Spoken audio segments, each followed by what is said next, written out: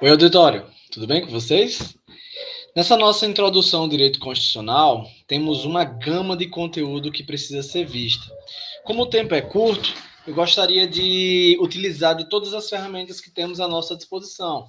Eu estou falando de vídeos, eu estou falando dos textos que eu tenho passado para vocês e uma série de outros conteúdos complementares que eu sugiro que vocês tenham como alvo para que não percam de vista a temática central.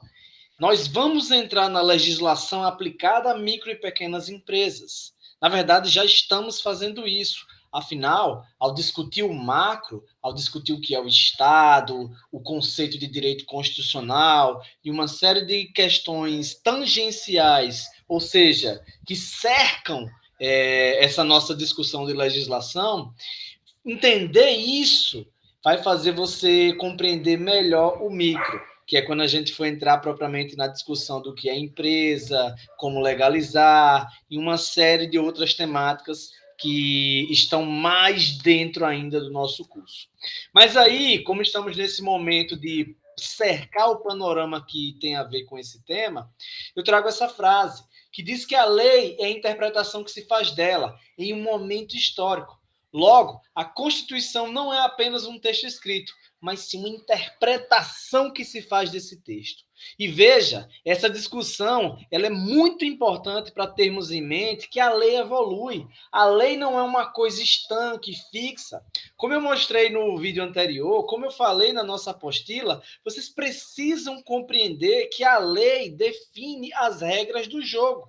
Mas a dinâmica desse jogo e as necessidades desses atores que jogam essa partida, ela é muito volátil, ela tem constante alteração.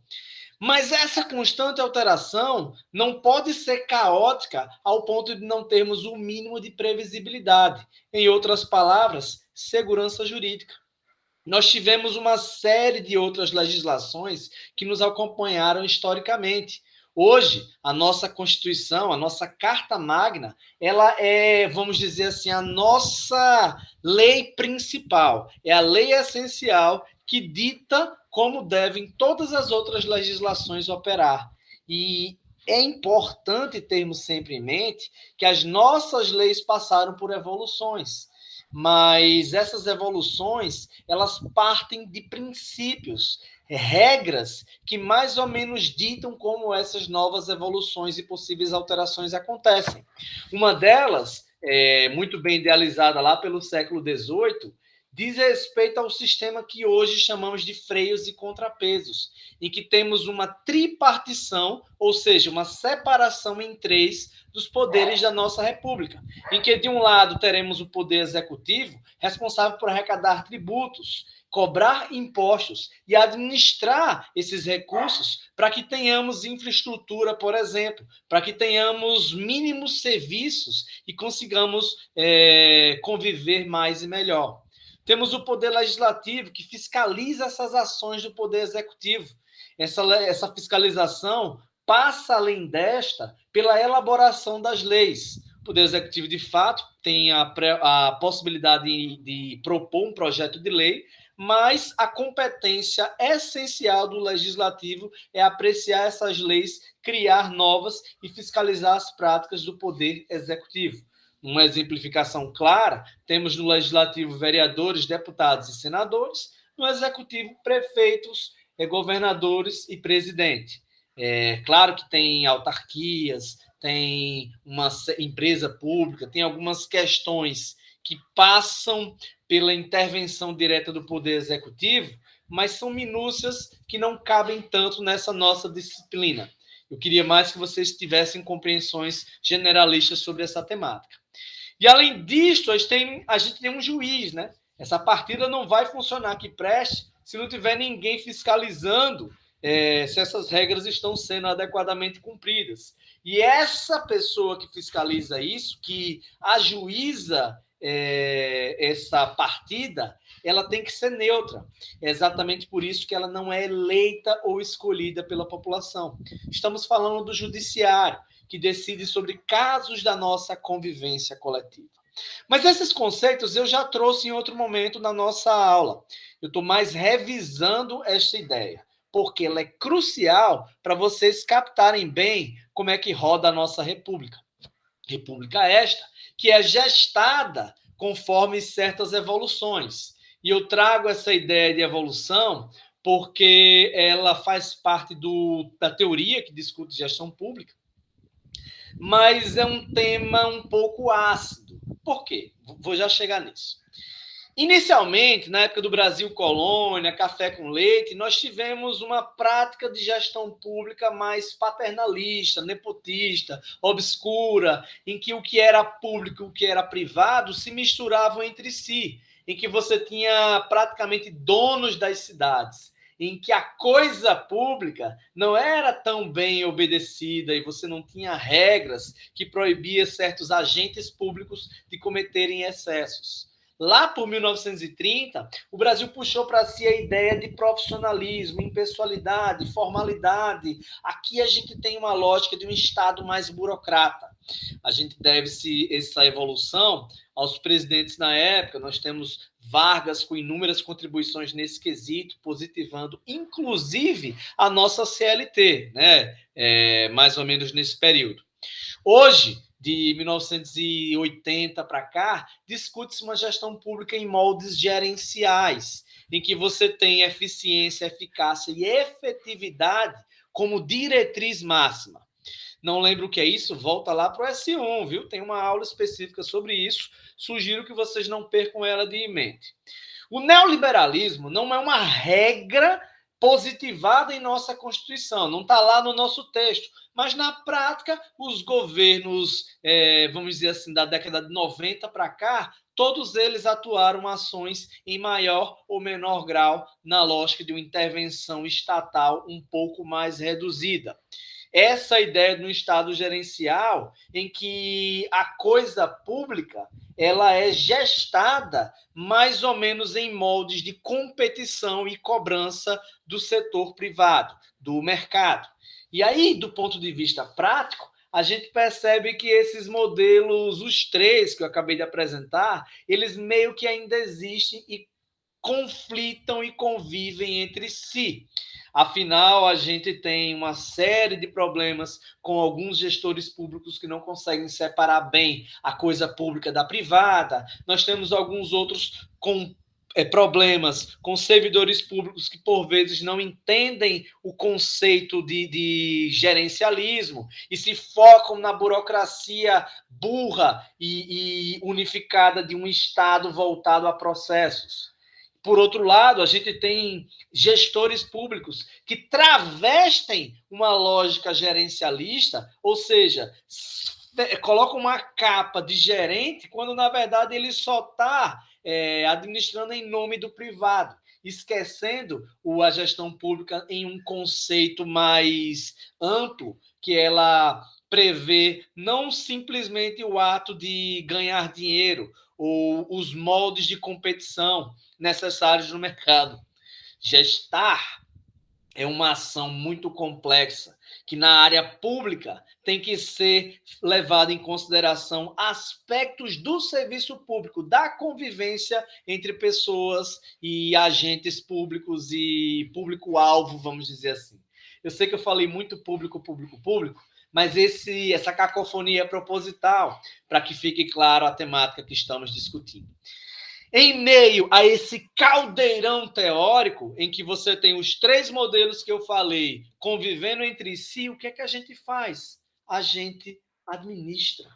E a administração tem essa relação sempre com melhorar a convivência de grupos. É por isso que temos sempre que considerar o contexto de atuação, o espaço e o tempo de atuação. Não existe receita de bolo para gestar um determinado grupo. E aí, gente, o que podemos falar que é um pouco menos subjetivo são os ramos do direito. E como eu falei para vocês, estamos fazendo uma pincelada panorâmica sobre esse tema, e eu gostaria que vocês entendessem que, do mesmo jeito que a administração tem grandes áreas, o marketing, a gestão financeira, a gestão da produção, a gestão da qualidade. Do mesmo jeito que nós, em administração, temos essas grandes áreas, o direito tem também grandes áreas de atuação, tanto do ponto de vista público quanto do ponto de vista privado. No direito privado, a gente tem lá o direito civil, o direito comercial, o direito do trabalho, algumas relações de direito internacional, privado. Já na área pública, nós temos regras mais gerais que vão se aplicando a todo o contexto. É o direito constitucional, administrativo, penal, tributário, processual, e do ponto de vista pública externo, nós temos a relação entre países, que se dá por meio do direito internacional público. E essa relação acontece em alguns aspectos por meio do direito comparado, em outros pela relação entre estados e nações. Eu estou fazendo essa apresentação geral para que vocês compreendam que o direito é uma ciência tão densa quanto a administração, quanto a separação de grandes áreas. E aí, o que interessa a gente nessa disciplina é o direito constitucional, o direito administrativo, o direito empresarial. Neste momento, estamos discutindo o constitucional, que tem a ver com a nossa Carta Magna, lei maior, topo do nosso ordenamento jurídico. O nosso texto em si tem 250 artigos, 114 emendas, ou seja, o texto é bem costurado, bem remendado. E não poderia não ser assim. Estamos falando de um país de 200 milhões de pessoas que ele está em constante evolução. Existem alterações que foram feitas em nossa Constituição que foram necessárias para melhor representar o nosso povo. E aí, o nosso texto constitucional abarca nossas regras de organização. É tudo feito de uma maneira mais geral. Por quê? Porque o nosso povo precisa de ter proteções e essas proteções se dão em camadas. É claro que a gente sempre fica um pouco consternado, chateado, vamos dizer assim, com uma série de diferenças entre o que tem no papel e o que tem na prática. Eu tenho certeza que ao longo de toda a nossa disciplina, vocês vão se incomodar bastante com o quanto algumas coisas deveriam ser de um jeito, mas são de outro. E a prática sempre revela uma série de dificuldades. Afinal, o direito sempre vai passar por esse conflito entre o que ele é e o que ele deveria ser. É por isso que a administração, sendo o exercício de reflexão em convivências, ela é um pouco mais palpável, um pouco menos teórica, né? Afinal, a gente tem que encarar a vida como ela é, não só como gostaríamos que ela fosse. E aí eu trago as camadas de proteção do direito constitucional. Nós temos os direitos de primeira dimensão, que são aqueles mais orientados a generalismos, a liberdades clássicas. Aqui eu estou falando do direito à propriedade, direito à vida, direito ao voto, direito à religião. O Estado não pode confrontar, indiferente a supostas evoluções, o Estado não pode encarar esses direitos de frente, ele tem que, pelo contrário, protegê-los. Lembra do que eu falei sobre evolução? Pense que essa evolução tem que ter um mínimo de regras, porque senão a coisa vai virar caos e de uma hora para outra a gente tem a nossa moral e costumes virados de ponta cabeça. Numa segunda dimensão, nós temos aqueles direitos mais sociais, aqueles que são frutos do conflito de classes, aquela busca de lutas que pessoas pleiteiam algo e, a partir de discussões sociais, esse algo vira lei. Aqui eu estou falando de uma legislação trabalhista, de uma lei de plano de cargos e salários, de algumas garantias que o Estado deve dar para a população. E numa terceira dimensão, veja que a gente tem hoje, além da terceira, uma quarta, e há atores que falam até numa quinta dimensão.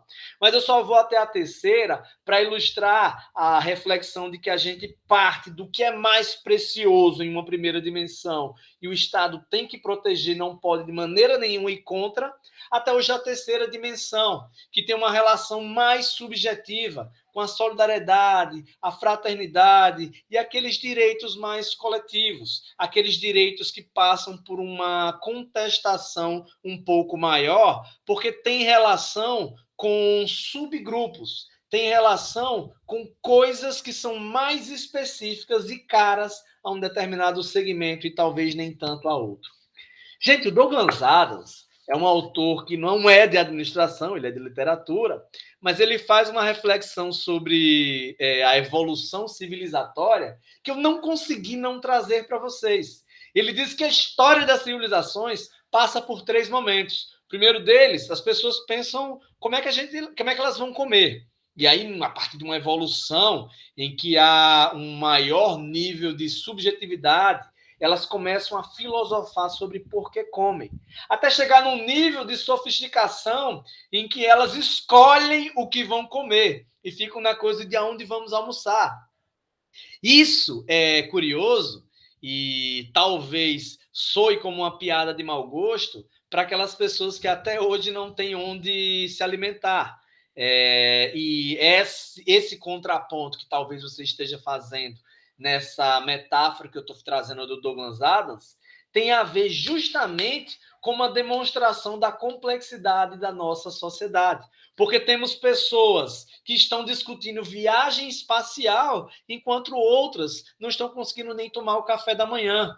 Esse é o caldeirão social que atuamos. Essa é a escolha que fazemos a partir de um contrato social ter esse nível de conflitos e desigualdades.